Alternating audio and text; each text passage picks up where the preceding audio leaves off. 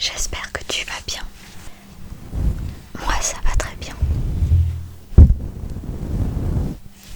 Aujourd'hui, avec l'accord de la maison d'édition Harlequin, je vais te lire le chapitre 14 du tome 1 de toute mon âme de Rachel Vincent. Mais avant, je te présente l'objet que j'ai dans la main. Et il s'agit d'une poupée fait main par ma maman. Ma mère l'a appelée Églantine, mais moi je préfère Réponse parce que je trouve qu'elle ressemble un peu à Réponse.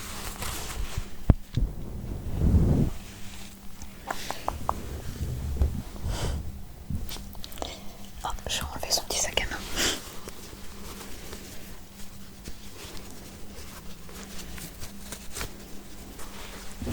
Donc je vais te la montrer de plus près. Voilà, elle se présente comme ceci. Donc là, elle a des longs cheveux blonds avec un petit bandeau. Ma maman a tout fait main, tout. Même le petit bandeau là avec une fleur. Et elle porte une robe rose avec des paillettes et un peu de blanc. Et elle a un petit sac ou un petit panier blanc avec des petites chaussures. En fait, normalement, ce n'était pas pour moi. Elle aime bien faire des choses qu'elle fait elle-même. Sauf que du coup, j'ai réussi à négocier. Et finalement, voilà, maintenant elle est à moi. Et je la trouve trop belle.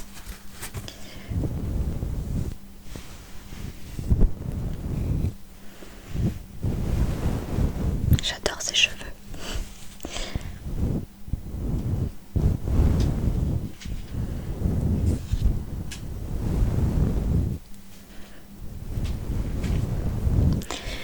Sinon, pour en revenir à de toute mon âme, donc la dernière fois je t'ai lu le chapitre 13 où Kaylee a eu une longue discussion avec son oncle à propos des banshees, de sa nature réelle.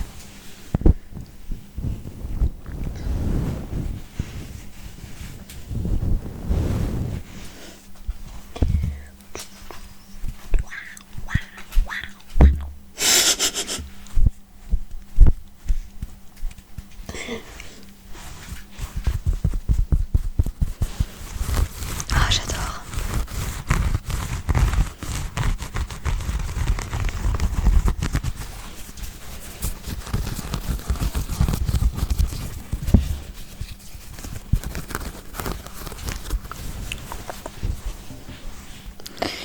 Donc oui, Kaylee donc a eu une discussion avec son oncle. Et son père normalement doit arriver.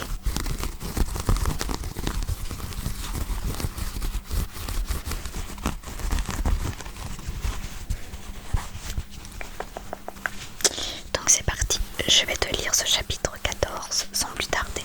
Je vais poser Églantine ou Réponse à côté de moi. Et je vais prendre le livre. Là, je suis dégoûtée, tous mes ongles se sont cassés. Donc j'ai dû les couper hyper court. J'ai hâte qu'ils repoussent.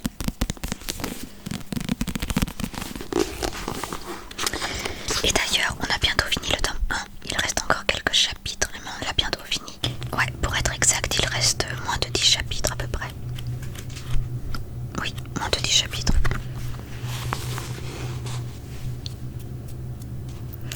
Il reste 7 chapitres. Et après, bam, tome 2. Chapitre 14, chapitre 14, chapitre 14.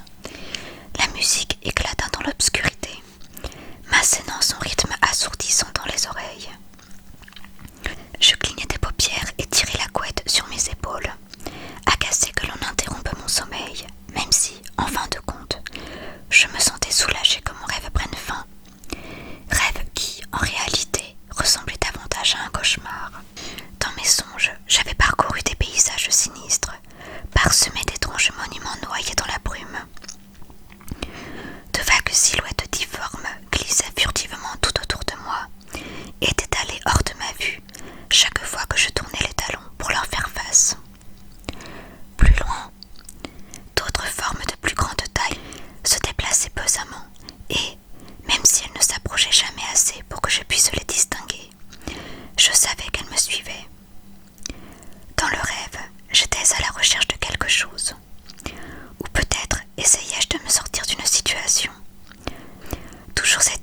je n'y arrivais pas.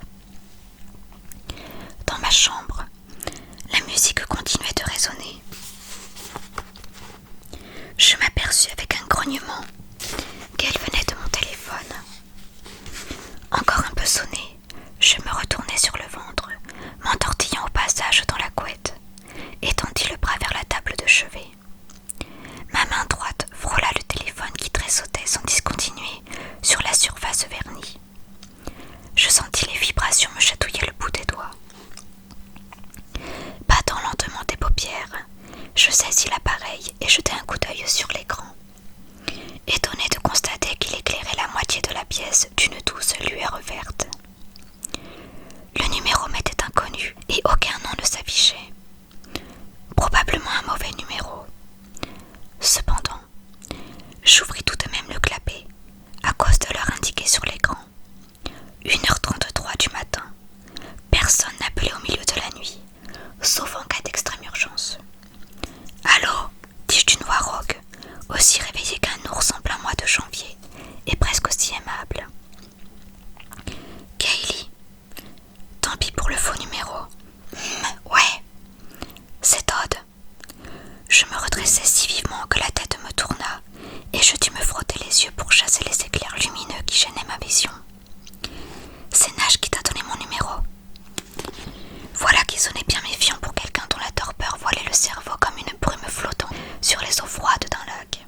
« Non, je ne l'ai pas encore appelé, je voulais te parler en premier. »« Ok. » Il avait des informations cruciales à me communiquer. Je les sentais qui se pressaient pratiquement au bord de ses lèvres. Et malgré tout, je ne pus retenir les pourquoi et les comment. Où as-tu pris mon numéro ? Il est enregistré dans le téléphone de Nash. Et comment as-tu eu son téléphone ? Il le garde sur sa commode. La voix de Todd était douce et nonchalante. Je l'imaginais presque en train de s'étirer ou de hausser les épaules. « Tu es allé dans sa chambre. Comment es-tu entré ?» demandai-je, avant de me rappeler la façon dont il avait purement et simplement disparu de la cafétéria de l'hôpital. « Non, laisse tomber. Ne t'inquiète pas, il n'est pas au courant. Là n'est pas la question, ronchonnai-je. Je me penchai pour donner une petite tape sur ma lampe à effleurement. Elle s'alluma, son variateur de lumière réglé au niveau le plus bas. « Tu n'as pas le droit de t'introduire comme ça chez les gens sans leur permission. C'est une violation de domicile. C'est une intrusion dans la vie privée. C'est affreux. » Todd poussa un soupir exaspéré. « Je travaille 12 heures par jour. Je n'ai pas besoin de manger ni de dormir. À quoi veux-tu que j'occupe l'autre moitié de mon après-vie ?» Je m'adossai à la tête de lit et repoussai les cheveux emmêlés qui me tombaient sur le visage. « Je ne sais pas, moi. Va au cinéma, inscris-toi à des cours, mais n'entre pas. » Tout à coup, une idée me traversa l'esprit. Je redressai les épaules et promenai un regard soupçonneux autour de moi. « Tu es venu dans ma chambre ?» Un rire franc éclata à l'autre bout de la ligne. Si je savais où se trouve ta chambre, nous serions en train de parler face à face. Malheureusement, Nash n'a pas enregistré ton adresse dans son téléphone, ni dans aucun des endroits où j'ai pu fouiller sans le réveiller. Encore heureux, marmonnai-je. Par contre, il a ton nom de famille, Miss Cavanaugh. Oh non, avec mon nom et son mode de déplacement ultra pratique, hop, on apparaît et on disparaît en un clin d'œil. Il ne lui faudrait pas longtemps pour découvrir où j'habitais. Peut-être oncle Brandon avait-il raison à propos des faucheurs, finalement. D'ailleurs, en parlant de mon oncle, je ne doutais pas une seconde qu'il nous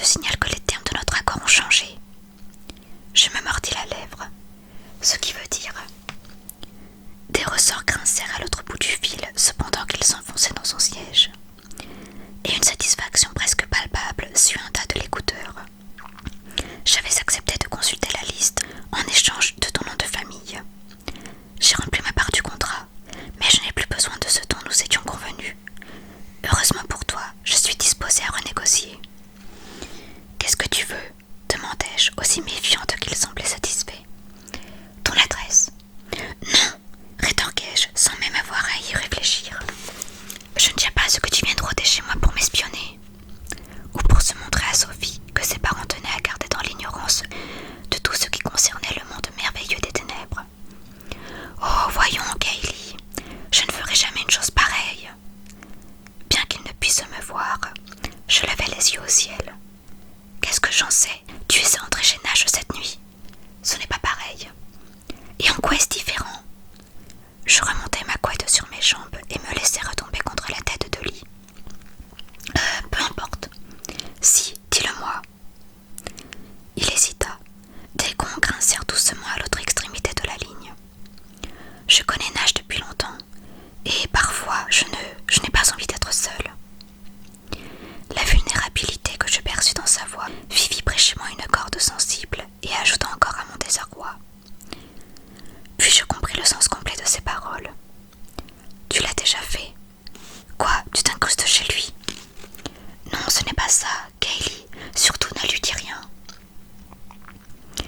Malgré la véhémence de sa prière, je savais que Todd ne craignait pas Nash. Ce qu'il redoutait, c'était la honte. Certaines choses ne changent jamais, je suppose, même dans l'au-delà.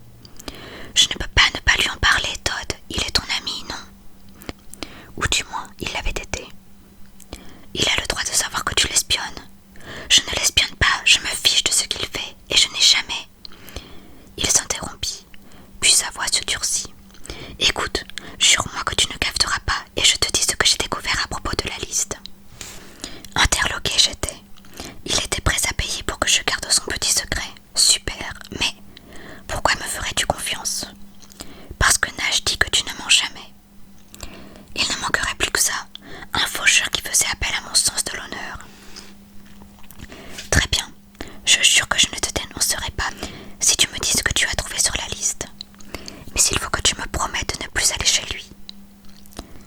Pendant un instant, le silence régna sur la ligne. Selon toute vraisemblance, Todd se débattait avec sa décision. Quelle importance y avait-il donc à traîner dans la maison de Nash? Quel besoin avait-il d'y retourner?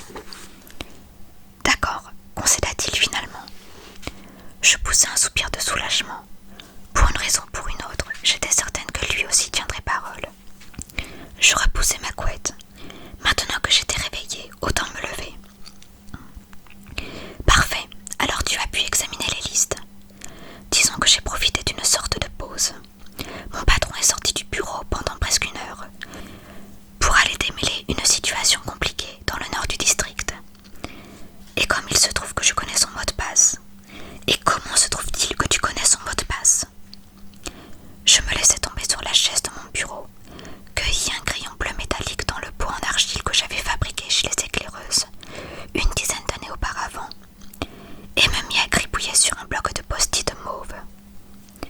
Le mois dernier, il est sorti accidentellement du système informatique et s'est retrouvé incapable d'y rentrer. Et comme je suis le seul faucheur du bureau qui ait réellement vécu à l'ère numérique, je suis en quelque sorte l'expert en informatique de fait. Oh, curieux, mais admettons. Bon, et les listes? Je n'ai rien trouvé. Quoi? Je lâchai mon crayon. Une flambée de colère me monta le long de l'échine et retomba en coulée incandescente dans mes bras jusqu'au bout de mes doigts. Je venais de négocier pour rien. J'avais juré de taire un secret, de trahir Nash, pour m'apercevoir que Todd n'avait même pas pu jeter un œil sur les listes. Les noms des filles, expliqua-t-il alors. Ils n'y figuraient pas. Le soulagement balaya mon exaspération.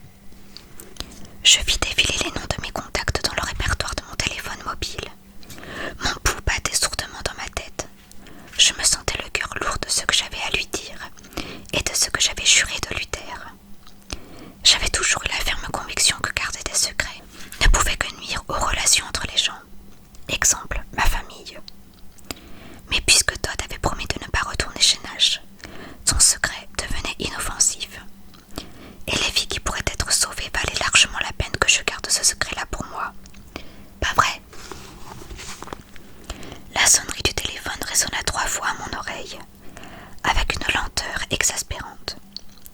Pourtant, une part de moi espérait que Nash ne répondrait pas, que je pourrais remettre à plus tard ce que j'avais à lui dire. Il décrocha au milieu de la 4e sonnerie. « Allô ?» Il semblait aussi fatigué que moi. « Salut, c'est moi. » Trop énervé pour m'asseoir, j'entrepris de faire les 100 pas. « Kaylee ?» demanda-t-il, recouvrant aussitôt ses esprits. Faculté que je n'ai pu me défendre de lui envier. « Que se passe-t-il ?»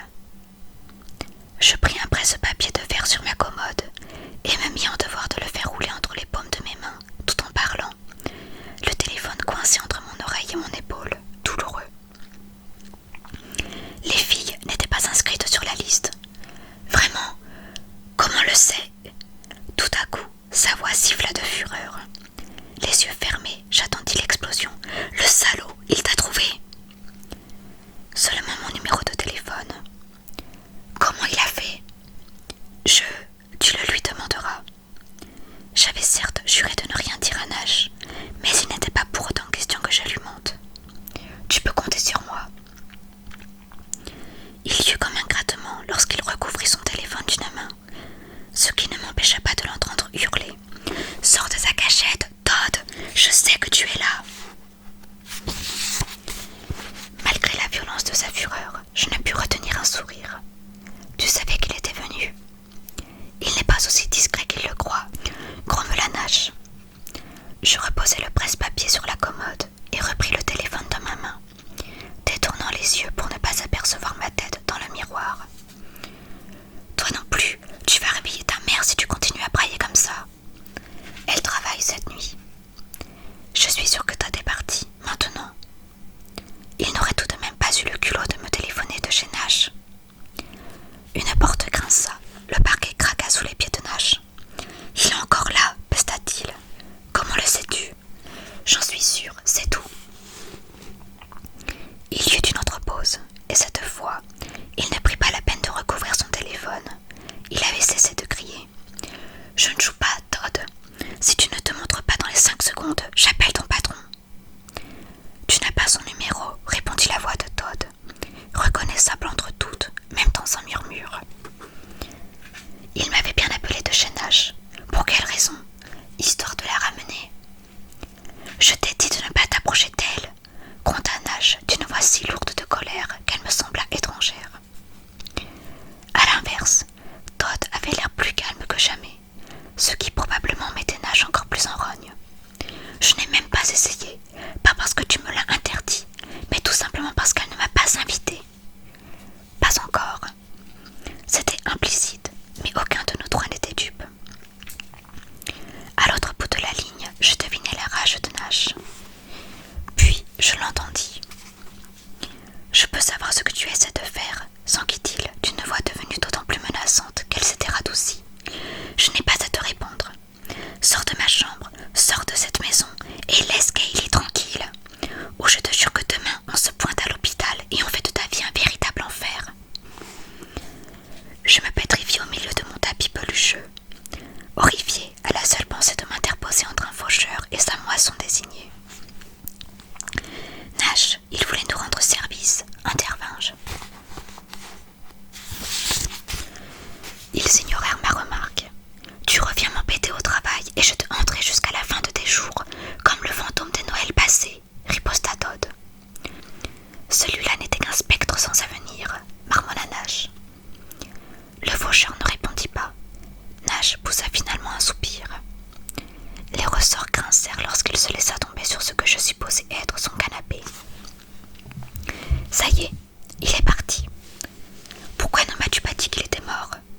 Parce que je t'avais déjà saoulé d'explications et que j'avais peur qu'un phénomène surnaturel de plus te fasse péter les plombs pour de bon. Plus de secrets entre nous, Nash. » Exaspéré, je m'affalai sur le tapis et me mis à tirer sur les fils violets torsadés, sous la lueur diffuse de ma lampe. « Je ne suis pas fragile, tu sais, continuai-je. À partir de maintenant, tu dois tout me dire. » « D'accord, je suis désolée. Tu veux vraiment tout savoir sur Todd ?» Sa voix s'était faite distante, comme s'il regrettait sa proposition avant même d'avoir achevé sa phrase. Je grimpai sur mon lit, éteignis la lampe et m'allongeai, une joue posée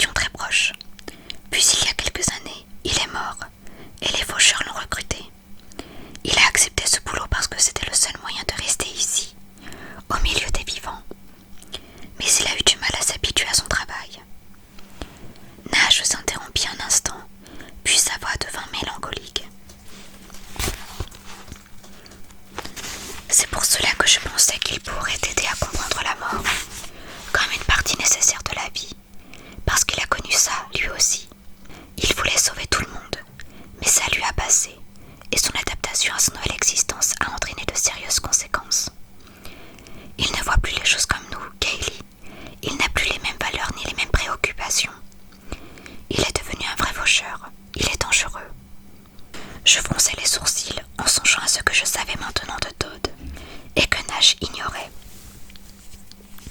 Peut-être qu'il n'est pas aussi dangereux que tu le penses. Si ça se trouve, il a simplement besoin de compagnie. Il s'est introduit chez moi pour chercher ton numéro de téléphone. S'il était humain, je le ferais arrêter. Mais en l'occurrence, je ne peux pas faire grand-chose, sauf le balancer à son patron. Ce qui équivalait à le tuer. Je te jure, s'il n'était pas déjà mort, je lui ferais moi-même la peau. Je regrette, Kaylee, je n'aurais jamais dû t'emmener le voir. Je m'allongeai sur le côté gauche, mon téléphone collé contre mon oreille droite. Il nous a livré l'information que nous voulions. Et autre chose aussi, on dirait, soupira Nash qui semblait se calmer quelque peu. Je me redressai sur mon lit. Il voulait nous aider. Voilà justement le problème. Ce n'est pas un mauvais bougre, mais il n'apporte son aide que selon ses propres conditions. Et il ne fera jamais rien s'il n'y trouve pas son compte. Lui devenir redevable est une très mauvaise idée, vu le genre. Nous aurions dû nous débrouiller sans lui. Je ne trouvais rien à lui objecter. Certes, Todd était allé un peu trop loin.